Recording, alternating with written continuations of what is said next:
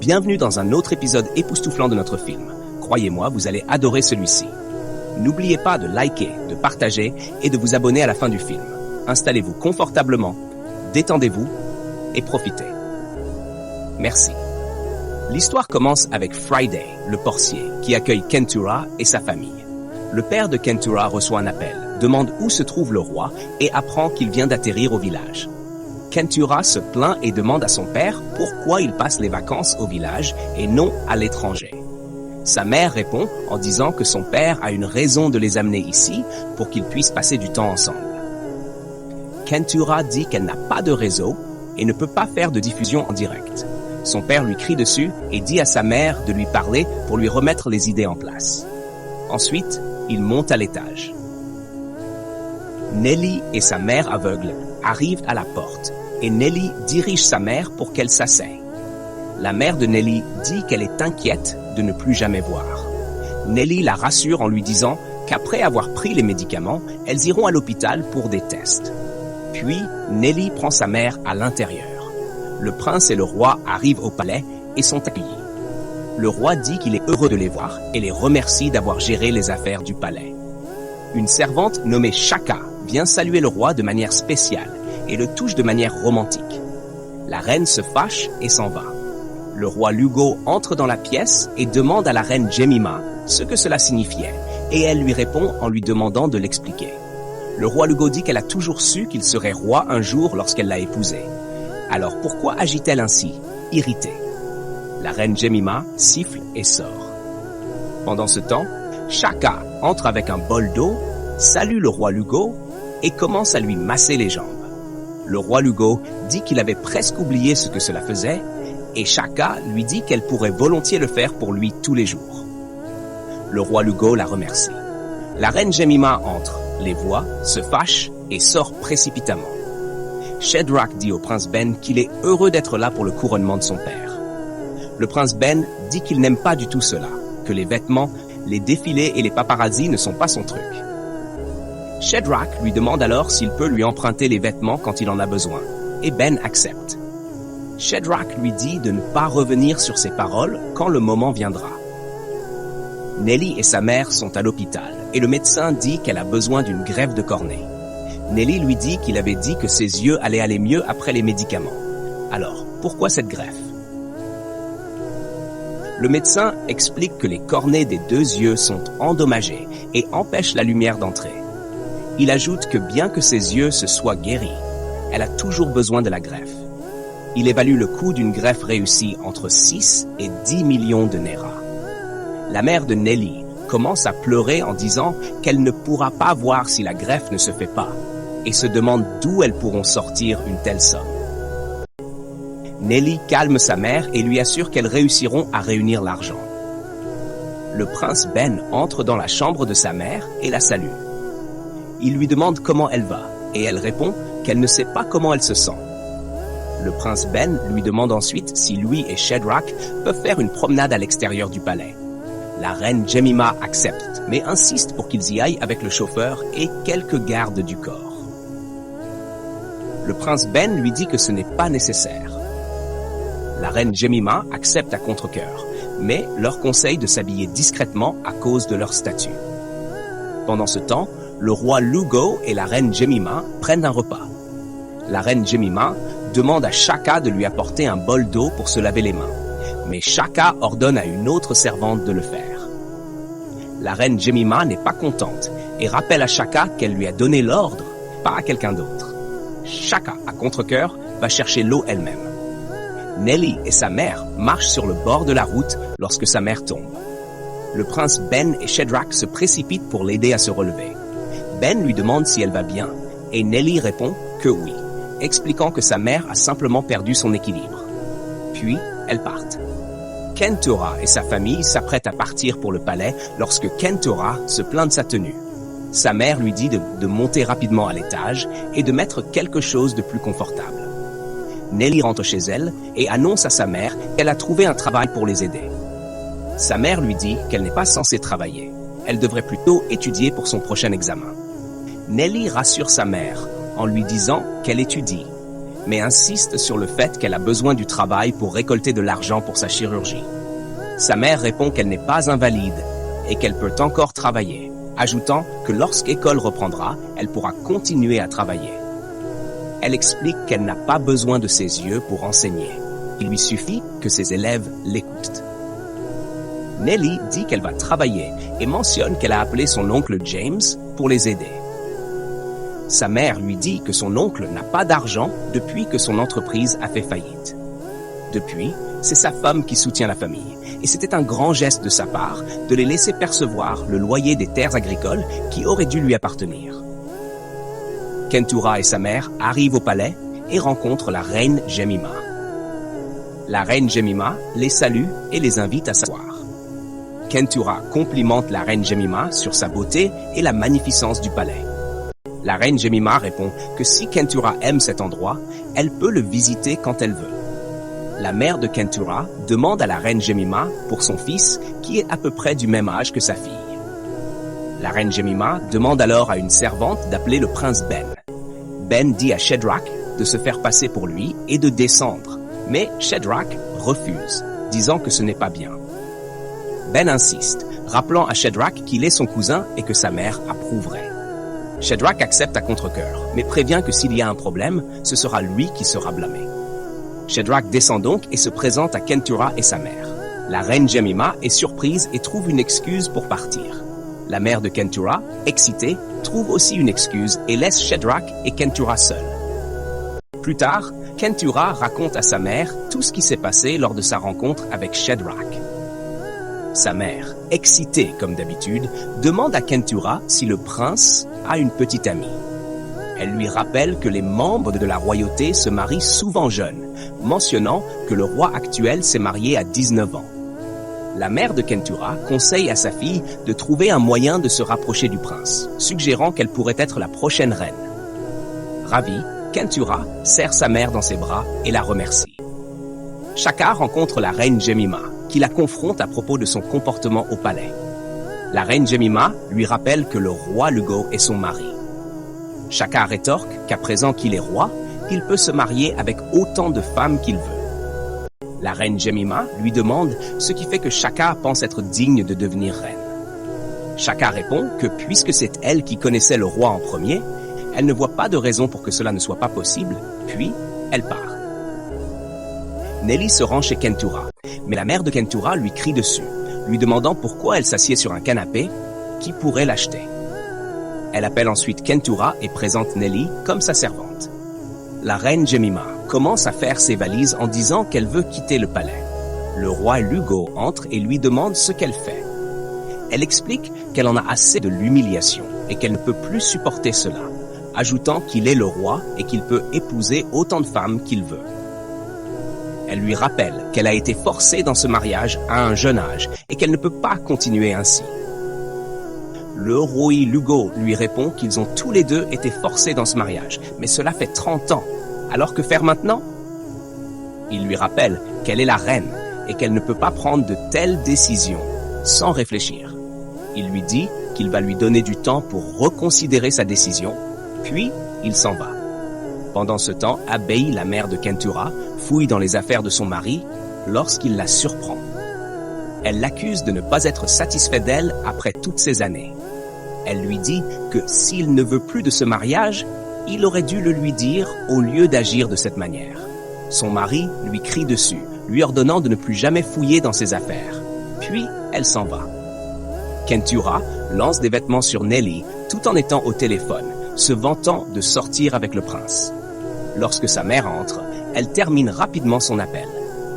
La mère de Kentura gronde Nellie et lui dit de partir. En sortant, Nellie heurte le père de Kentura, qui lui demande qui elle est. Elle répond qu'elle est la nouvelle servante. Nellie aide sa mère à gravir la porte et la dirige vers le banc. Nellie lui dit qu'elle a reçu de nouveaux vêtements de son lieu de travail. Sa mère pleure, déplorant que Nellie devrait vivre comme une princesse, mais qu'elle est au contraire coincée dans leur situation actuelle. Elle ajoute que si quelqu'un lui avait dit que sa vie se passerait ainsi, elle n'y aurait pas cru. Nellie rassure sa mère en lui disant qu'elle est heureuse de sa vie et qu'elle n'a aucune plainte. Puis, elle demande à sa mère si elle a faim. Kentura, Shadrach et Ben marchent ensemble en attendant Nelly. Lorsque Nelly arrive, Kentura la réprimande et la gifle. Ben intervient, disant que ce n'est pas correct et que Nelly est un être humain. Kentura, furieuse, gronde Ben et tente même de le gifler, mais Shadrach l'en empêche. Ils partent peu après. Plus tard, Ben aperçoit Nelly debout dehors et lui demande pourquoi elle est là. Elle répond qu'elle attend Kentura. Ben l'invite à se joindre à eux pour déjeuner. Mais elle refuse et demande s'ils peuvent lui emballer un repas à la place. Ben va voir Kentura et Shadrach, signalant que Nelly est debout depuis plus d'1 heure. Kentura minimise ses préoccupations, disant que Nelly est payée pour rester debout et que cela ne le regarde pas. Ben proteste, mais Kentura le gronde à nouveau. Frustré, Ben s'éloigne. Ben emmène Nelly au palais et lui demande de s'asseoir. Elle refuse et lui demande s'il n'a pas peur de perdre son travail en agissant ainsi. Ben insiste et elle finit par s'asseoir. Ben lui demande si travailler pour Kentura est absolument nécessaire et elle explique qu'elle a besoin de l'argent pour l'opération de sa mère, qui coûtera plus de 10 millions de Naira. Ben lui demande combien elle gagne et elle répond 20 000 Naira. Ben calcule qu'à ce rythme, elle devrait travailler pendant 41 ans pour couvrir le coût de l'opération. Pendant ce temps, au bord de la piscine, Shadrach demande à Kentura si elle a un petit ami et lui suggère de considérer l'idée de devenir sa petite amie. Ben rend visite à sa mère et lui demande comment elle va. Il commente que son père est toujours occupé, la laissant seule. Elle se blâme, disant qu'elle savait que ce jour viendrait, mais qu'elle a quand même choisi de l'épouser. Ben la rassure, disant que si elle ne l'avait pas fait, il ne serait pas né. Il lui demande ensuite si la communauté dispose d'un programme social pour traiter les maladies. Lorsque la reine Jemima lui demande pourquoi, Ben explique qu'il veut aider une amie. La reine Jemima convoque Shaka et lui demande pourquoi son frère est responsable du programme social. Shaka répond que c'est son père qui l'a nommé. La reine Jemima révèle qu'elle a vérifié les comptes et découvert que sous sa gestion, personne n'a été aidé et que les comptes du palais sont vides. Elle se dispute jusqu'à ce que Shaka rétorque que le fait d'être reine ne donne pas à Jemima le droit de lui parler ainsi. La reine Jemima tente de la gifler, mais Shaka lui attrape la main et l'avertit qu'elle ne pourra bientôt plus lui parler ainsi sans en subir les conséquences. Shaka part ensuite. Nelly arrive en retard au travail et Abby la réprimande. Nelly explique que sa mère était malade et qu'elle a dû l'emmener à l'hôpital. Entendant cela, le père de Kentura donne à Nelly de l'argent pour aider au traitement de sa mère avant de partir au travail. Cependant, Abby appelle Nelly et lui prend l'argent. Au palais, Nelly s'assied et pleure. Ben la trouve et lui demande si Kentura l'a réprimandée. Nelly explique que son souci est pour sa mère. Elle mentionne qu'elle était censée aller chercher sa mère à l'hôpital à 14 heures, mais qu'il est déjà 16 heures. Ben propose d'aller chercher sa mère si Nelly lui donne l'adresse, assurant qu'elle pourra le guider pour entrer. Reconnaissante, Nelly le remercie. Ben ramène la mère de Nelly chez elle et reste avec elle jusqu'au retour de Nelly. Surprise de voir Ben, Nelly le remercie et propose de le raccompagner.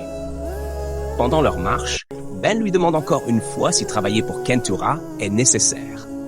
Nelly explique qu'elle doit économiser non seulement pour l'opération de sa mère, mais aussi pour ses études et ses examens d'entrée à venir. Pendant qu'il parle, Nelly glisse et Ben la rattrape. Ben retourne dans sa chambre, où Shadrach lui demande où il était. Ben admet qu'il était chez Nelly. Shadrach le taquine, disant que Ben lui doit quelque chose pour lui avoir permis d'utiliser son titre et pour l'avoir aidé à trouver l'amour de sa vie.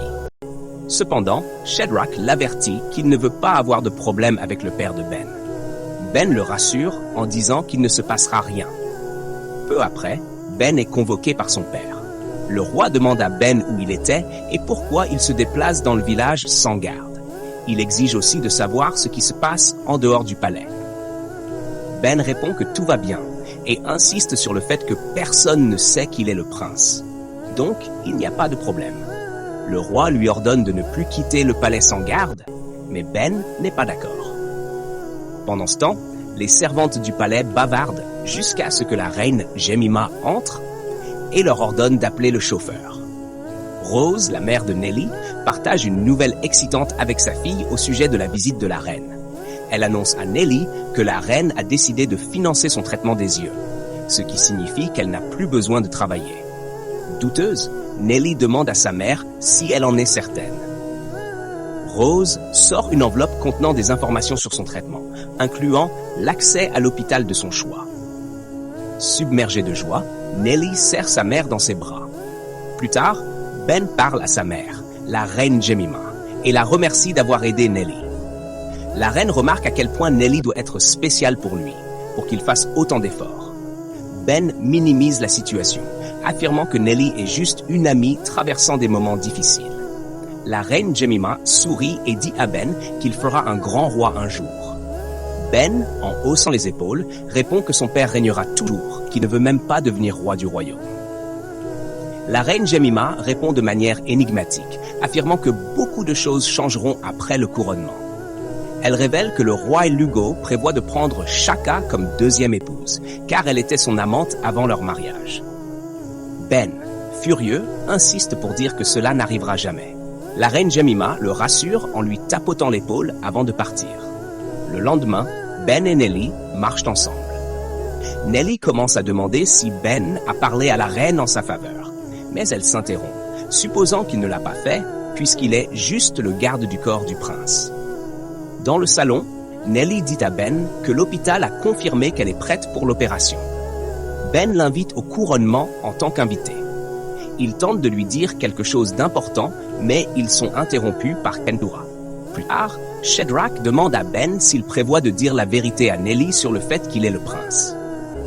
Ben admet qu'il a essayé, mais qu'il a été interrompu par Kentura. Pendant ce temps, Kentura fait une crise, éparpillant ses vêtements partout, car elle ne sait pas quoi porter pour le couronnement. Sa mère entre et lui promet de lui arranger une tenue. Le jour du couronnement, Shaka s'habille élégamment, confiante qu'elle deviendra bientôt la prochaine reine. Elle promet même de récompenser une des servantes pour son aide. Pendant ce temps, la reine Jemima se prépare, inconsciente de ce qui se trame. Kentura découvre que Shedrack n'est pas le prince et informe sa mère. Shedrack, accompagné de Nelly, arrive et tente de s'excuser auprès de Kentura, mais elle refuse de l'écouter, criant et hurlant. En voyant Nelly dans l'une de ses robes, Kentura devient furieuse, l'accusant de l'avoir volée et essayant de la lui arracher. Ben intervient, s'excusant auprès de Nelly de ne pas lui avoir dit la vérité plus tôt. Il la supplie de rester pour le couronnement, promettant qu'une des servantes lui préparera une nouvelle robe. À contre-cœur, Nelly accepte. Nelly essaie la robe et ils se dirigent ensemble vers le couronnement. Après l'événement, Ben raccompagne Nelly chez elle. Elle le remercie et commente la gentillesse de sa mère. Ben répond qu'il a beaucoup parlé d'elle à la reine Jemima, ce qui explique pourquoi elle a été si accueillante. Nelly avoue qu'elle a encore du mal à croire que Ben est le prince. Ben la rassure, lui demandant si cela change quoi que ce soit entre eux. Plus tard dans la nuit, Shaka se rend dans la chambre du roi et s'allonge sur son lit. Pendant ce temps, une servante apporte un rapport à la reine Jemima pour qu'elle le lise. Initialement, la reine repousse la tâche, disant que cela peut attendre le matin. Mais la servante insiste. À contre-cœur, la reine Jemima lit le rapport et est choquée par son contenu. Dans la chambre du roi, le roi Lugo entre et trouve Shaka allongée sur son lit. Elle l'invite à la rejoindre, mais il questionne ses intentions. À ce moment, la reine Jemima entre, voit la scène et quitte la pièce furieuse. Abby cherche frénétiquement sa bague en or la plus chère, éparpillant des objets partout dans la maison, sous le coup de la frustration. Pendant ce temps, Kentura crie sur Nelly, lui ordonnant d'arrêter les tâches ménagères et de quitter la maison. Lorsque la mère de Kentura entre pour comprendre ce qui se passe, Kentura exige que Nelly soit renvoyée, l'accusant de lui voler son homme. Nelly insiste pour dire qu'elle ne partira pas tant qu'elle n'aura pas reçu son salaire. Abby prend le parti de Kentura et dit à Nelly de partir immédiatement. Plus tard, alors que Kentura et ses parents sont assis dans le salon, Nelly se prépare à partir. Abby l'arrête à la porte et insiste pour fouiller son sac, affirmant qu'elle veut retrouver sa bague disparue. En fouillant, Abby trouve la bague dans le sac de Nelly. Choquée, Nelly plaide son innocence, disant qu'elle ignore comment la bague s'y est retrouvée. Pendant ce temps, le prince Ben arrive chez Nelly pour la voir, mais apprend qu'elle est chez Kentura. Il décide d'accompagner la mère de Nelly, Rose, jusqu'à la maison de Kentura. Au palais, le roi Lugo convoque Shaka et la met fermement en garde à propos de la nuit précédente, affirmant qu'il ne veut plus jamais voir ce genre de comportement. Écoutant discrètement, la reine Jemima surprend la conversation. Le roi Lugo dit à Shaka qu'il a une épouse qu'il aime et chérit profondément. Shaka tente de le séduire, insistant sur le fait qu'elle l'aime depuis toujours, mais le roi reste ferme, déclarant qu'il est un homme fidèle et lui demandant de partir. Ce soir-là, chez Kentura, Ben et Rose arrivent pour demander à voir Nelly. Kentura affirme que Nelly a volé quelque chose et que son père, Igenus, l'a puni pour cela. Furieuse, Rose confronte Igenus lorsqu'il descend les escaliers. À sa grande surprise, Igenus révèle qu'il est le propriétaire de la maison. Rose, choquée à son tour, exige qu'il amène Nelly immédiatement. Lorsque Igenus ramène Nelly en bas, Ben le menace de poursuites judiciaires, affirmant qu'il pourrait être arrêté. Igenus se défend en disant qu'il ne savait pas que Nelly était sa fille. Rose intervient, affirmant que, même s'il ne le savait pas, cela ne justifie pas ses actes. Confuse, Nelly demande pourquoi Igenus la désigne comme sa fille. Il révèle alors qu'elle est bien sa fille, expliquant que Rose l'a quittée quand Nelly n'avait qu'1 an. Rose raconte comment Igenus l'a maltraité, ce qui l'a poussé à partir, et comment il a épousé Abby pour obtenir un titre de chef. Kentura, choqué par ces révélations, demande si elle est réellement la sœur de Nelly. Igenus confirme qu'elle ne l'est pas, laissant Kentura dévastée. Elle monte les escaliers en pleurant. Abby avoue ensuite qu'elle a piégé Nelly en mettant la bague dans son sac pour faire plaisir à sa fille. Dégoûtée, Rose, Nelly et Ben quittent la maison ensemble. Au palais, la reine Jemima entre tendrement dans la chambre du roi Lugo avec un bol d'eau pour lui laver les pieds. Touché par ce geste, le roi Lugo lui embrasse la main, marquant une réconciliation entre eux. Plus tard, Igenus rend visite à Nelly chez elle pour lui demander pardon, reconnaissant ses torts. Au palais, Kentura arrive pour chercher le prince Ben. Cependant, c'est Nelly qui sort pour l'affronter, lui demandant ce qu'elle veut. Kentura répond avec mépris qu'elle est venue voir le prince, pas elle. À ce moment-là, le prince Ben apparaît et demande ce qui se passe. Se tournant vers Kentura, il déclare fermement « Si tu as vu Nelly, tu m'as vu, car elle est ma petite amie. » Brisé, Kentura s'éloigne, le cœur lourd. Surprise, Nelly demande à Ben ce qu'il veut dire par là. Ben avoue qu'il attendait qu'elle résolve les choses avec son père avant de lui demander officiellement d'être sa petite amie. Ils rient ensemble et la tension s'apaise. Merci d'avoir lu. N'oubliez pas de liker et de vous abonner. À bientôt dans le prochain épisode.